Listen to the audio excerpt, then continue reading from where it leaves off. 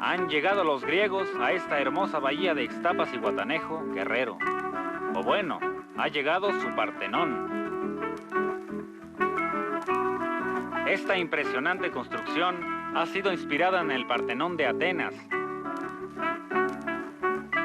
Sobre un terreno de 20,000 metros cuadrados, el jefe de la Policía y Tránsito de la Ciudad de México, el general Arturo Durazo Moreno, se ha construido una casa de playa que sería envidia del mismísimo Zeus.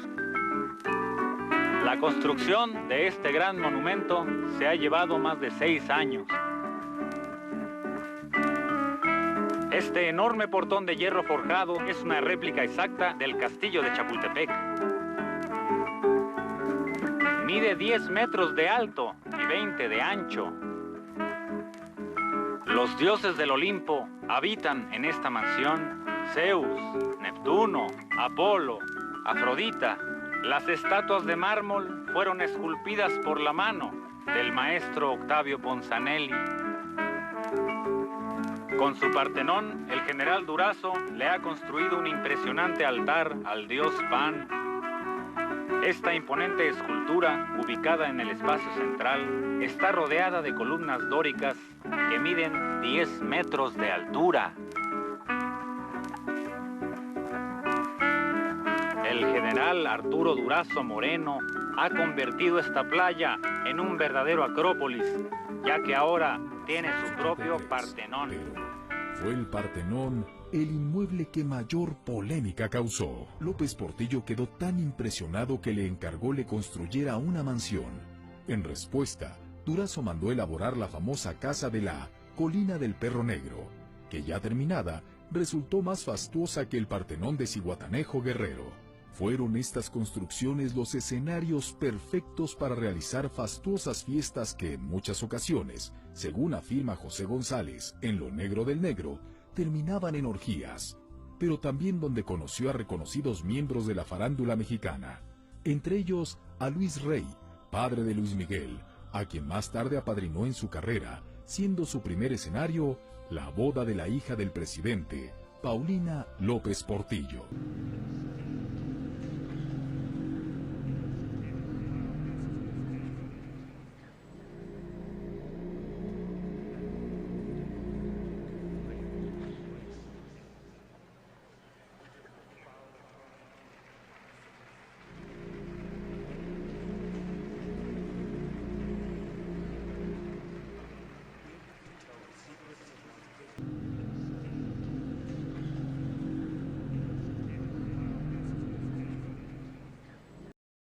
Era hijo del dios Hermes, pero al nacer su cuerpo no era humano, sino que parecía una mezcla entre hombre y cabra. Sus pezuñas y piernas eran de caprino, pero la parte superior era humana, aunque rematada por 2 enormes cuernos. Hoy nos adentramos en el desconcertante relato del dios griego Pan, que sería transformado en el propio diablo cristiano. Debido a su desagradable aspecto, su madre lo rechazó al nacer, por lo que el dios Hermes se lo llevó al Olimpo, donde servía de entretenimiento a todos los dioses.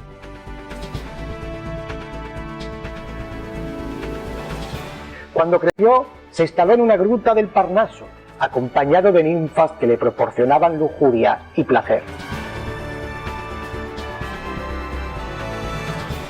Era el dios de la fertilidad y la sexualidad masculina, pero también de los pastores y los rebaños. Se le atribuían dotes proféticas y curativas. Es normal encontrarlo asociado al cortejo de Dionisio, dios del vino y del desenfreno.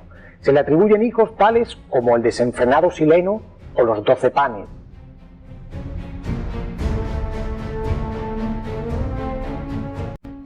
Se le suele representar tocando la siringa o flauta de Pan, instrumento que él mismo creó cuando iba en persecución de la ninfa Siringe.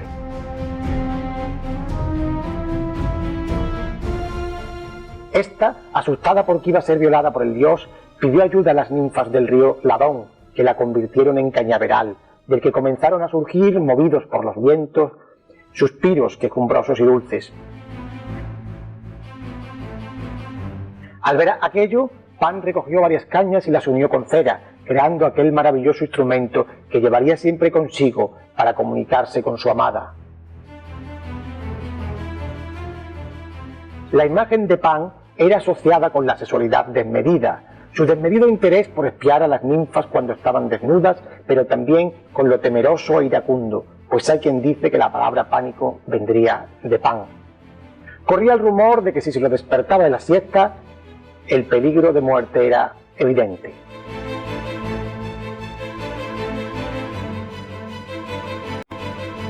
Otra de las características que se le daban en la antigua Grecia y que le asocian también al diablo cristiano es la teolepsia, es decir, que el dios podría entrar dentro de cuerpos humanos y poseerlos.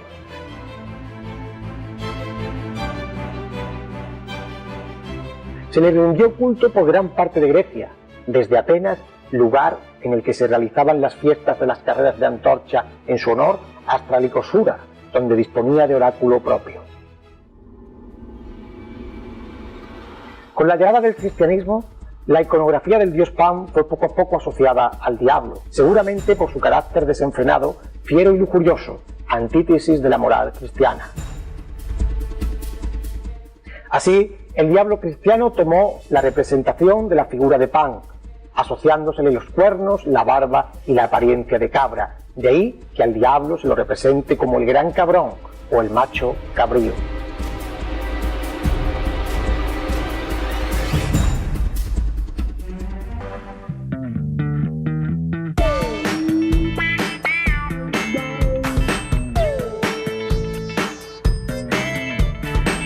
Desde su juventud, Durazo era un notorio mujeriego y parrandero. Su tendencia al hedonismo y la megalomanía lo hicieron presa fácil de las adicciones, y desde sus tiempos en la policía judicial, era claro que se había vuelto dependiente al alcohol y a la cocaína.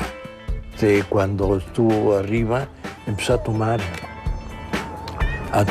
y para bajarse la tomada, pues no faltó de la cuestión de la cocaína, que es fatal. Durazo dio rienda suelta a su búsqueda del placer.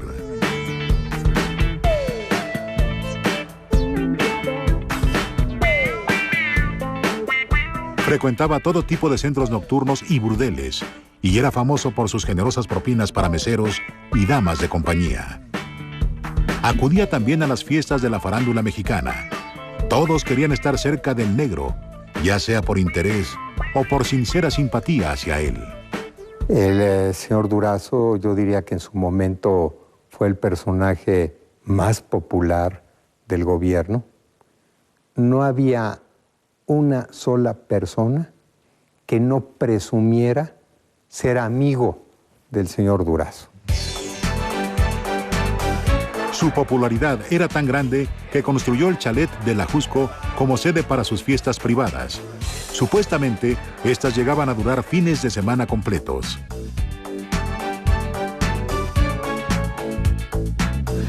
La mayoría, mucha gente de la General de la República fueron a mis fiestas ahí. Yo creo que nadie se debe de asustar, ¿verdad? Y muchos periodistas son amigos míos.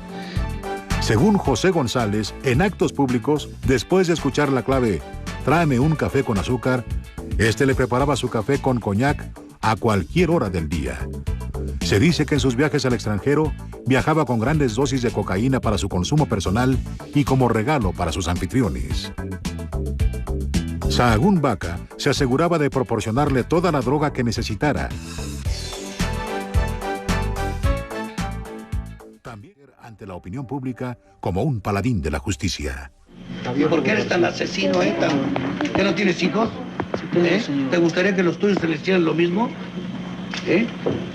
Una bola de mugrosos, ustedes asaltantes, de veras que no tienen compasión. Lo hubieran robado, se hubieran largado, no todavía hacerle daño a la familia. Durazo ejercita todas las malas artes, reprime, corrompe, está acusado de que elimina y, en fin, se convierte en la pesadilla de la Ciudad de México. Que estamos en pañales completamente, eso lo puedo yo asegurar. Aquí ha habido hasta ahorita 27 asaltos en lo que va del año, y en otras ciudades que yo he estado, en Los Ángeles, en Montreal, diarios son 2 o 3 asaltos. Durazo también tenía nexos con notables narcotraficantes desde sus épocas en la policía judicial. Ahí conoció a Sagún Vaca y al parecer él era su contacto directo con el tráfico de estupefacientes. Ya como director de la DIPD, Sagún controlaba el mercado local de cocaína. En sus viajes con el negro, frecuentaba a notorios narcotraficantes tanto en México como en Estados Unidos. Poco a poco, su control del narcotráfico se extendió más allá de la ciudad y se dice que llegó a comandar el tránsito de drogas en todo el país. José González también argumenta que Sahagún les vendía grandes cantidades de cocaína a los jefes de brigada para ser distribuida por los agentes de la policía, convirtiendo a los cuerpos en una red de narcomenudistas. La adicción generalizada a la cocaína por parte de los agentes de la DIPD era tal que en los pasillos de la corporación se llegaban a ofrecer los pericazos.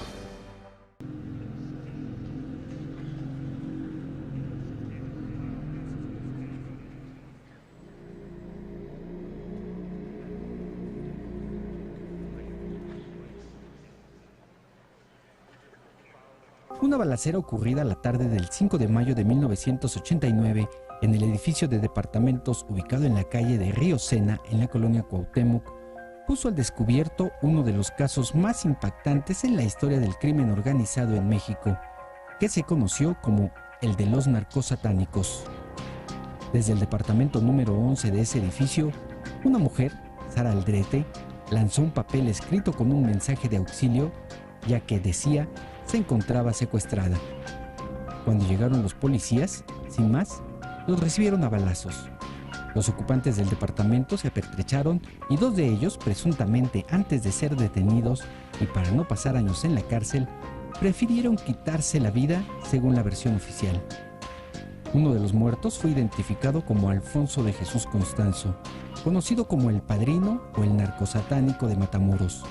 El otro era su cómplice, Martín Quintana. Constanzo nació el 1 de noviembre de 1962 en la ciudad de Miami, Florida, en Estados Unidos. Era hijo de inmigrantes cubanos y su madre era sacerdotisa del culto Palo Mayombe, en el que realizaba distintos rituales, algunos de ellos sacrificando animales, lo que le provocaba problemas con la ley. Alfonso de Jesús aprendió todo lo relacionado con este culto y luego de distintas visitas a México, en 1983 se instaló en el rancho Santa Elena en Matamoros, Tamaulipas.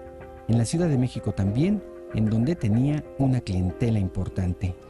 Por una parte, el Padrino de Matamoros hacía rituales de limpia y protección, leía las cartas y predecía el futuro de sus simpatizantes.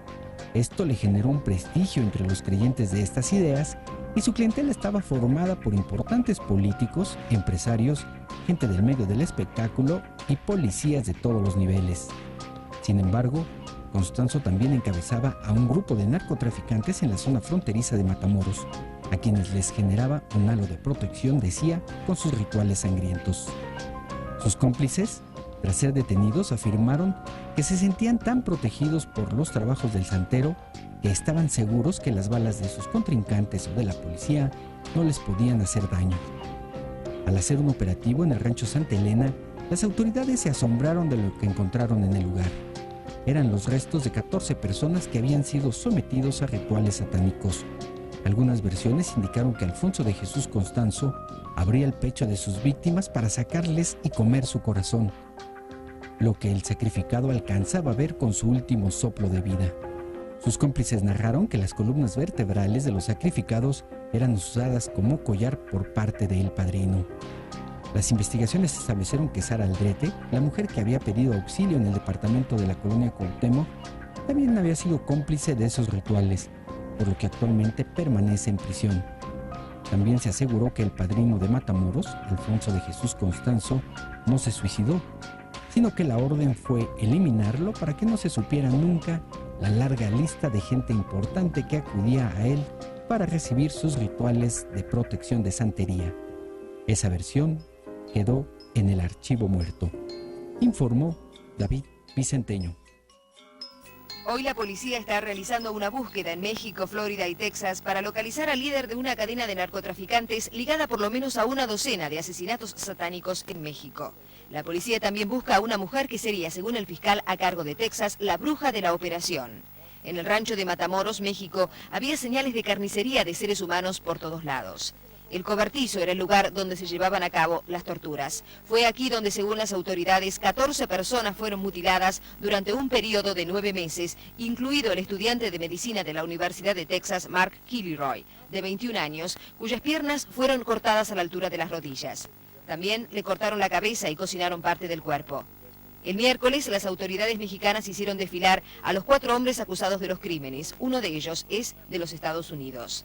Frente a los periodistas, confesaron haber secuestrado a las víctimas al azar y haberlas descuartizado como parte de un ritual de sacrificios. Las autoridades están buscando a 6 miembros del culto, incluido Adolfo Constanza, de 27 años, ciudadano norteamericano, el supuesto líder del grupo con domicilio en Brownsville, Estados Unidos. Está buscando a Sarah Aldred, de 24 años, considerada extremadamente peligrosa. Se cree que podría haber 2 cuerpos más enterrados en el rancho. Las autoridades dicen que no hay pruebas de canibalismo de parte del culto, aunque creen que el cuerpo de Mark Kilroy fue exhumado y su columna vertebral fue utilizada para hacer un collar. Ellos creían que el sacrificio humano y animal les proveía un escudo mágico que los protegía del mal o de cualquier daño.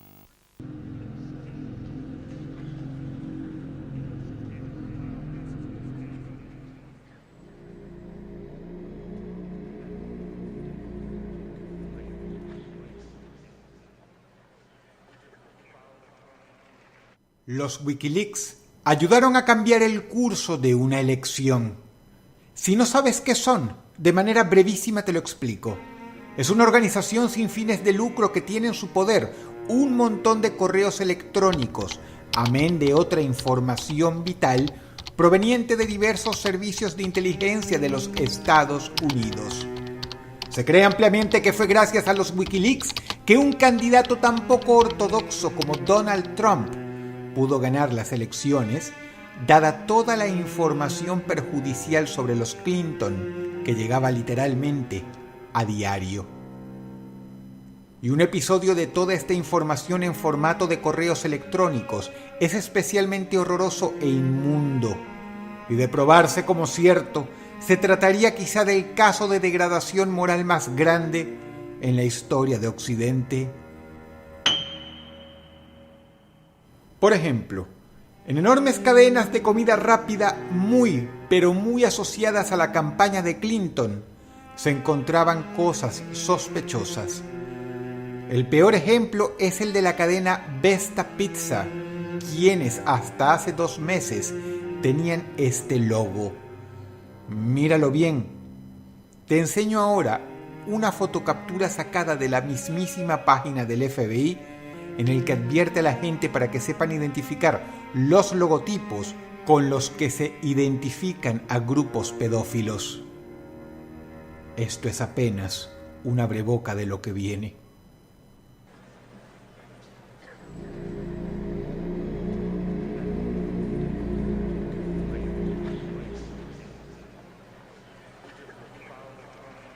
John Podesta es una persona poderosa. Fue asesor de 2 presidentes, Bill Clinton y Barack Obama. Y fue, además, jefe de campaña de Hillary Clinton. El señor Podesta tiene lazos muy estrechos con James Alefantis, tenido como una de las personas más poderosas en Washington. El señor Alefantis tiene un negocio emblemático llamado Comet Ping Pong. Gracias a los Wikileaks, supimos que muchas reuniones celebradas dentro del seno del Partido Demócrata se hicieron en el Comet Ping Pong. Lo sabemos por correos electrónicos de Podesta en que se menciona el local, entre ellos uno en que se sugiere que lo usen para recaudar fondos. Y así fue. Pero Comet Ping Pong está bajo terrible sospecha por 2 cosas. Primero, un video quizá no autorizado de una reunión privada que se celebró en el local. Y segundo, la cuenta en Instagram del mismísimo dueño, el ya mencionado James Alefantis.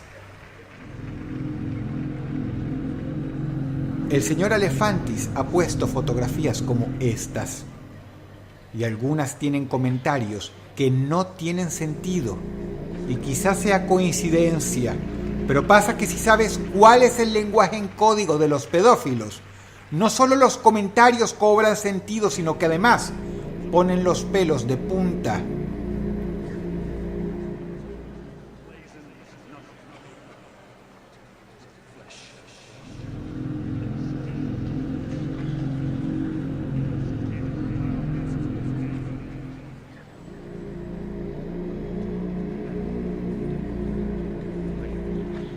El señor Alefantis ha salido a defenderse diciendo que son cosas rebuscadas, que la sola idea de insinuar que maneja un grupo de pedofilia es absolutamente ridículo y que las palabras en clave no son sino coincidencias. Es cierto, para condenar al señor Alefantis hacen falta muchas más pruebas. Pero entonces surgió un video tomado dentro de su local, el Comet Ping Pong. Fue de una reunión privada. Escucha. Welcome friendly people to Comet Pizza and Ping Pong. It's a wonderful day, the special day in January.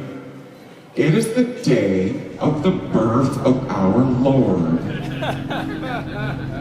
And we've all come together to celebrate the birth of our Lord. It wasn't Christmas. No, it's today. If you are like me, you love Sasha. Or if you don't, you want perks from her. Things like free pizza, or booze, or chapstick. Do you have chapstick? I've never asked. Have any of you enjoyed this special pizza here tonight called the Hottie? Well, I unfortunately discovered a very unpleasant secret tonight. I wanted to know what the special secret ingredient was because it tastes like nothing I've ever had before. And I snuck back into the kitchen. Nobody noticed me. Do you know what that secret ingredient is? It's fucking ketchup. Ten en cuenta que la persona con el micrófono no es un hombre, es realmente una mujer usando un modificador de voz. Cuando se acerca a la persona que está grabando el video, podemos notarlo claramente. This is ad-lib. I'm sorry again. I had a plan, but I just remembered the horrible things I've done. ¿A ti te parece que el monólogo y los chistes que está haciendo esta persona tienen sentido alguno? Obviamente está hablando en código.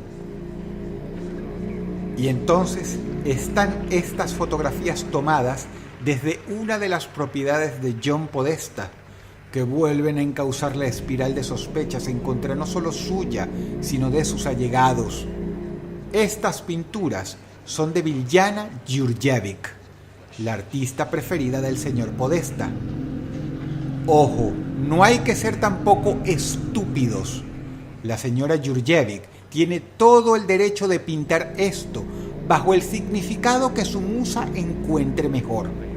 El arte, como la literatura, como incluso el humor, es subjetivo. Punto. Pero convengamos que definitivamente es el momento menos oportuno para descubrir que el señor Podesta colecciona este tipo de cosas. ¿Crees que algunas de las más altas esferas de poder del planeta ocultan esta clase de secretos horrorosos que implican no solo pedofilia, sino además connotaciones ocultistas? ¿Es inocente el señor Alefantis? ¿Están siendo víctimas de una horrible conspiración derechista? ¿O hay secretos ocultos? Tú saca tus propias conclusiones.